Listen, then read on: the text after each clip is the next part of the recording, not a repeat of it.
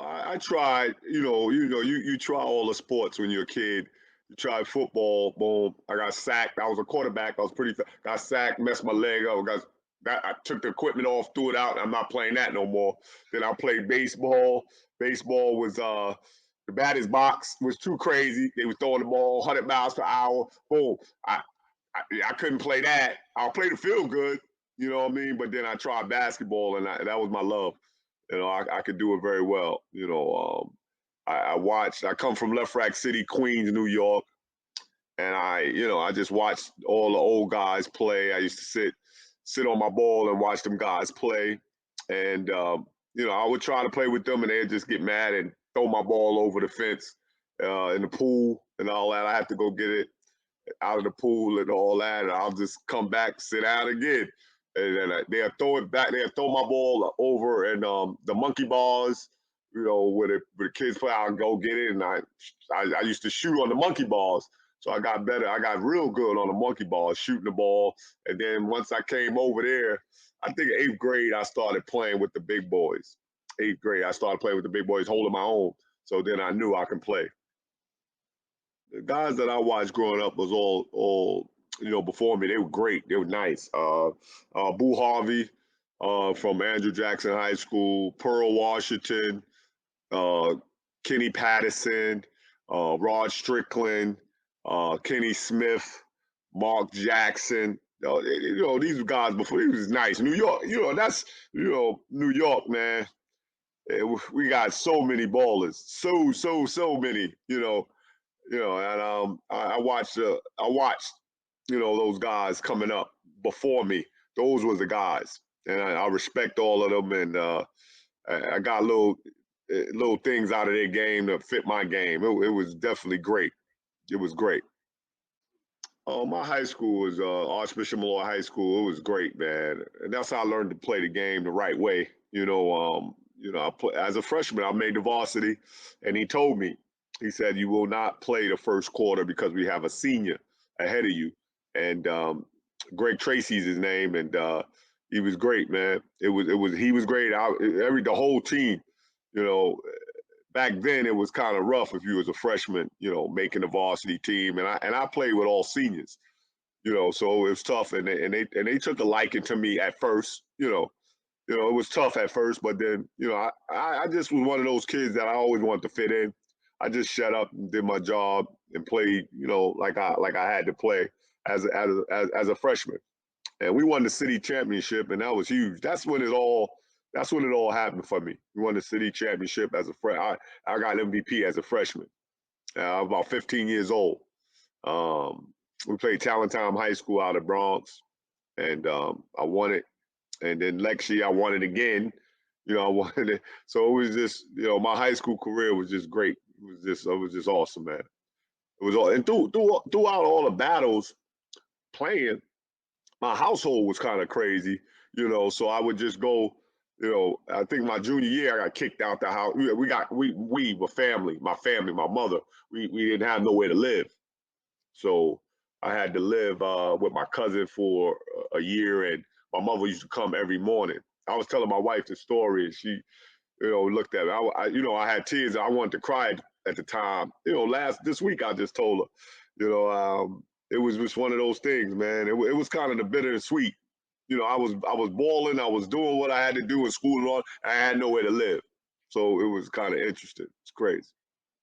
I decided to go to Georgia Tech because my mother made me go, but I wanted to go to Syracuse because of Pearl Washington went there, and they just had a great team with Derek Coleman, Billy Owens.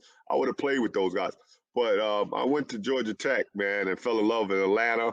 Fell in love with Atlanta, and it was just a great team for me to go to. Play with Lethal Weapon 3, myself, Dennis Scott, Brian Oliver, Malcolm Mackey was the center. Uh, Johnny McNeil was our forward. Carl Brown. We just had a good team. It was sort of it was crazy. It was sort of like going back to the high school, again, with the type of team we had.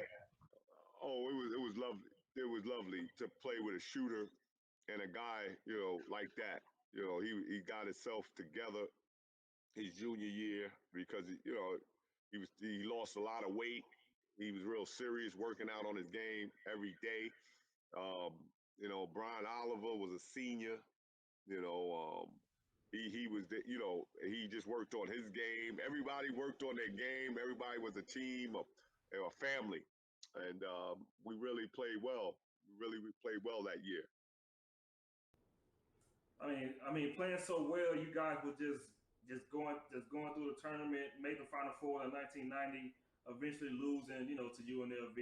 I thought, me being the person I am, I love like I was a shooter, and I love just how three of you guys just put everything together.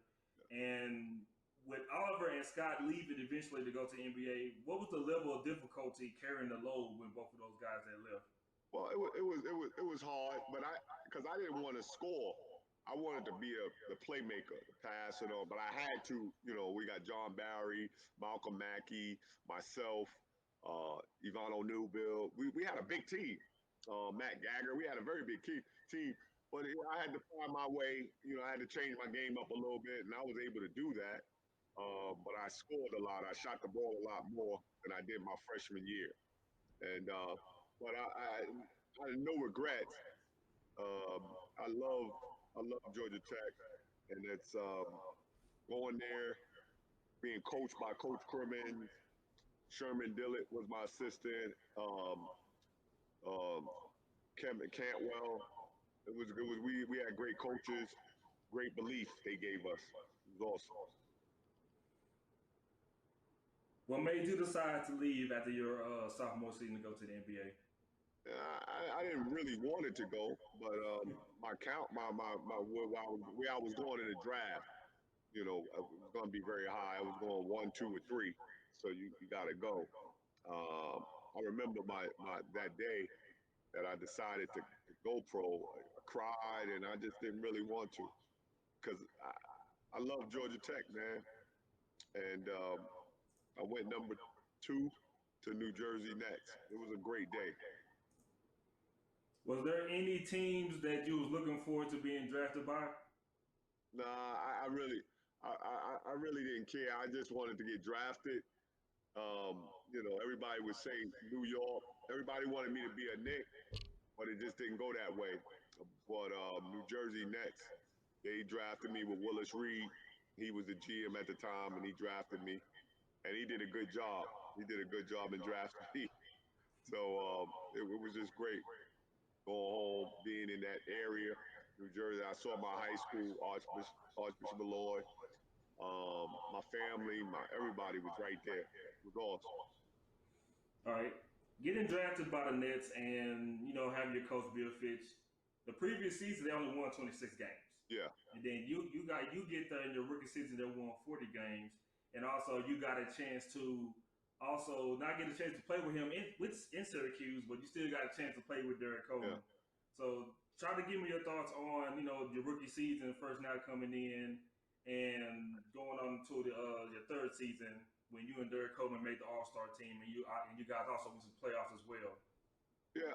My rookie year, I held out to get more money. It was tough. Um, Bill Fitch, and I didn't even get to know him. He was a good coach. I didn't get to know him. Good coach, and he just didn't play me right away, and then he didn't play me at all. For a while, I had to wait and look at what was going on with the team and practicing and things like that. And I did that. In the second half of the season, my rookie year, I started getting, you know, familiar with everything, with the NBA and how things work, and I just watched and I waited, and then they brought in Chuck Daly my second year, and it was on. You know what I'm saying? He said he gave me the ball. He gave me the ball. They had to trade one of us, and they traded Mookie Blaylock, and he went to Atlanta, and I waited, and then I just I had to perform that year, and I did extremely well. I went to the All Star game. It was awesome. Yeah, man, you was on some great teams, man. But Yeah, like, it really hurt me that you got traded from the Nets because even though you guys were coming up short in the playoffs, I feel like you guys were just like 1 or 2 more pieces left, man, and Yeah, everything just would have stayed together. I figure y'all would have been like really making a whole lot of noise in the East, man, when you was yeah. out there in New Jersey. It was Cleveland, Chicago, the Knicks, the Nets, Orlando with Shaq, Penny. It was great basketball in the East back then. It was awesome. I mean, who was the toughest player that you had to guard in your stint in the NBA? Well, the toughest it was Allen Iverson. He was quick and he shoot the ball a lot. You always wanted to guard those guys that ran the team or whatever. You knew you was on what to expect. But you didn't respect it. You don't know what to expect with him because he running off screens and doing all type of stuff. So I would say Allen Iverson. But when I got in the league, everybody was tough. Everybody, John Stockton, Gary Payton, Kevin Johnson, Tim Hardaway, just everybody, man. Everybody was tough. I mean, seeing the new era of the NBA right now, who are your favorite players to watch right now? I like watching Kyrie Irving. He's great with the ball. Chris Paul, um, Damian Lillard, all those guys. Westbrook from he plays. He's tough. All the guards. There's a lot of point guards that really get it done now. It's exciting. Curry shooting the three. It's just awesome. Chris Paul and Kyrie Irving Yeah, a right little now. bit. Do you think they are first ballot Hall of Famers? Yeah.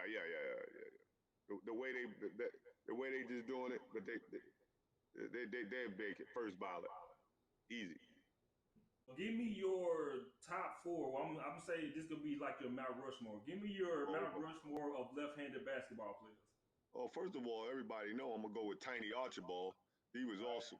Tiny Archibald was one. DC Tiny. Oh, David Robinson was nice with the left. That's one of the big David Robinson was nice with the left. Um, who else with the left? I'm trying to think. My man, Jalen Rose left-handed. Oh yeah, man! Shout out He to Jay left-handed. Rose, man. Big shout out to Jalen Rose. He was left-handed. He give you numbers. He got played. He got six man of the year when he played with Indiana. They went to the championship. He did his thing. Let's talk about how the opportunity of coaching Fisk University. How did that come about? Um, Kevin Rome, the president of Fisk, it's crazy because he went to Morehouse down in Atlanta when I was at Georgia Tech. So he knew he knew of Kenny Anderson, the player, and then he knew I wanted to coach. So he reached out. When I reached out to him, he was like, "Wow," So I came down, did my research with Fisk, and it was a great fit for me. It's a great fit, being my first coaching job over here, NAIA, small school. I'm going to get it together. I've been here 2 years now, 18 months. So next year is going to be our year. Hopefully we get it together. But Fisk is a good school, very good school, and they want to build the sports program with the men's team, the women's team, the volleyball, baseball. Excuse me, not baseball.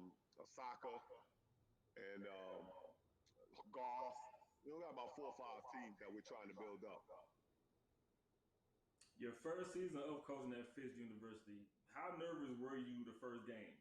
I wasn't too nervous. It was a good. I don't even remember, to tell you the truth, my first who was the game we won or not. Um, but I wasn't too nervous. Uh, I'm coaching some great guys, and they understand. What we out there to do. Out there to play well, play hard, and play like a team. And that's the most part. And that's what I'm trying to teach these guys. All right, give us a little bit about the documentary that you came out with in 2017. I thought it was real incredible because Yeah, there was a lot of things that you really confessed about that you yeah, just bottled up and hold up inside. And I'm kind of glad that it's a lot of stuff I didn't want to bring up, yeah, just to show out of respect for you. yeah. But just by seeing the documentary and a lot of things that was going on into your life, man, you've been through so much, and I'm glad that you in the state that you are right now, Yeah. even with I know what happened recently and you recovering from that, Yeah. I wish you all the best, man. I Thank you. congratulate you to fighting through all that stuff, man, because I know that was just tough things, just feel and go through, and not knowing how things were gonna pan out from that. But I truly salute you so much for recovering and getting back, to the basketball court and coaching Fisk University. Oh man, I appreciate it. Yeah, my documentary's been out for 4 years, Mr. Chibbs, and it's a hard documentary. Uh, no, I didn't hold back. I just my whole life, and I had to recover from it. And that's what I'm gonna do. That's what I've been doing. Just year in and year out, just putting forth an effort, a great effort to to teach young men that it's gonna happen, but how you gonna carry yourself when things happen for you. And that's basically the documentary. But you gotta see it. I don't wanna tell everybody I know, the I know. documentary because it's still on Amazon. You can go watch it, man, and you can see it for yourself, and you see um, how an NBA player wasn't so much basketball. I did three levels: high school, college, pro. I did it on every level basketball wise, but it was just my life, you know, in real life. Basketball is easy. Life is hard. Life is hard, yes, You know sir. what I'm saying? And that's what it's been. But right now, I'm just trying to get everything together. And once it seems like once I got it out of me, I was able to, dictate it a lot better. And then I lost my mother. I lost my mother in 2005. That was it for me, playing the game. I said, instead of playing the game, let me teach, the game to some of the young guys that's coming up. And I want to do it on a college level, you know, not just teach about basketball, but about life. And that's what I'm doing here at Fisk, and that's what's more important. See, like now on IG, all these rappers and artists are doing IG battles. If you can Yeah, pick yeah. two artists right now, just just to do an IG battle, who would they be? I would like to. I would like to see. I would like to see my man Rakim go up against LL Cool J. That'll be hard. Or Big Daddy Kane. Put them in there. Or Method Man. Put them on. Yeah, that would be awesome. I'm real big into sports movies. Give me your top three sports movies all time. Um, what's that? Denzel with Denzel and Ray Allen. Oh, he got game. Yeah, he got game. Okay. Gotta put that up there. And oh man, I'm forgetting right now.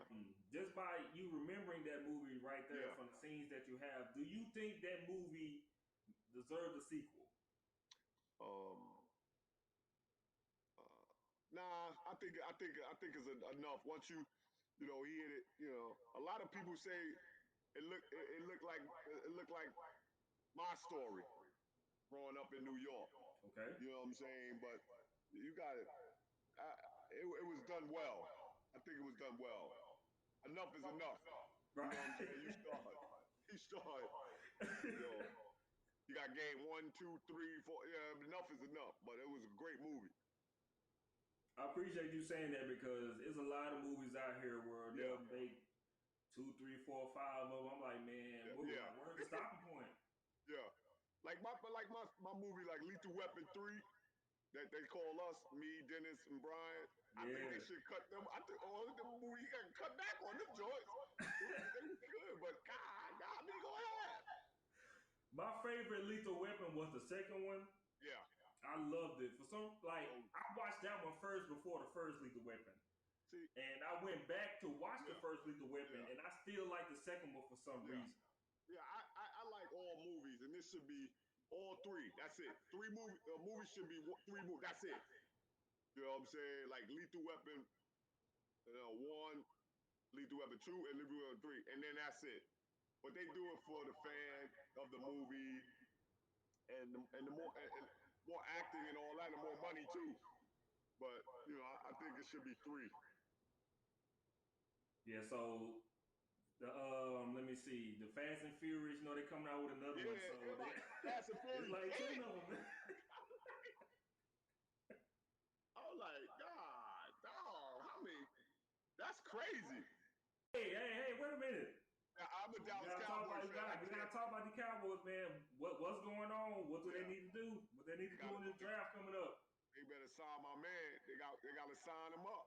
My quarterback. You know, I know, sign him up. man. I know. It's been ongoing. Trust me, it's been ongoing. I've been talking to people every single day Yeah, about this, yeah, every single day, and I feel like what he's done yeah, in his stint, I yeah, feel like he needs to be paid. You can't yeah, lowball him. yeah, yeah. Definitely, You can't. definitely. No, you can't. Because he's a great citizen. He's a stand-up guy. He does well with the media. He's a cowboy, man. That's what you pay him. Pay him.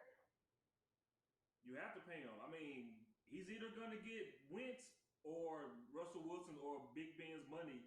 I Yeah, feel he deserves that. It got to that point yeah. because he's a fourth round pick. Yes. Yeah, And and that team that was drafted yeah, was Romo's team to yeah, pretty much finish him out for the rest of his career. yeah.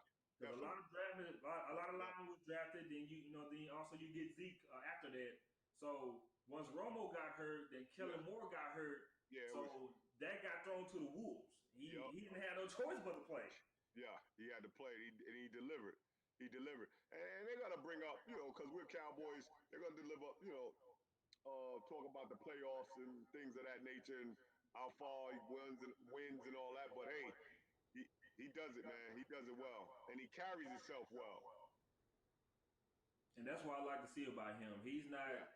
He's taking it day by day, yeah, and his agent want this and want this, which I understand is a business. yeah, His agent got to yeah, do what he wants to do. yeah, But I feel like if his agent wants to over all of this and it was him, I do believe that he would have took a deal a long time ago and this franchise tag would have never happened.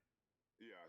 That's kind of screwed up. But they got the franchise tag. I don't really like it. He's gonna ball out 1 year. We'll see. We'll Yeah, see. because he's this franchise tag, he's getting 33 and a half. Yeah, it's a lot of money. That's a lot of money, man, just Yeah, to put them up. They gambling on him. yeah, they And gamble. Yeah, I don't think they need to do that. I think they need yeah, to just take care of this and, of course, keep building around him. Give him yeah, things to work with because yeah, it was he threw the most passing yards and touchdowns in his career. He didn't have a yeah, choice to. yeah. But Definitely, also at the same time, it's like you got to put him in that great position to be great. Any quarterback for the Dallas Cowboys is going to get all that pressure, no matter what name is in it, because you're always going to play behind the shadow of Starbuck, Aikman, yeah, yeah. Danny Yeah. White, all You those won the guys. Super Bowl. Yeah, Anybody that won the Super Bowls, you're gonna be till you win one. exactly. You know. Until you win one, they're going to keep Yeah, on. Even now with Romo, he's playing behind Romo's shadow. And yeah, just by the way, Romo took the news that Dak is taking over, which I kind of didn't respect how he did that. yeah, But also at the same time, it's like, Dak moved forward with it and he excelled from it, man. He's taking advantage, and I do believe he needs to yeah, be paid and stay as a yeah, Cowboy. yeah. I hope he get paid. I hope he stays as a Cowboy because he's a great quarterback. He handles himself well. And he got all the tools. He's gonna be good, man.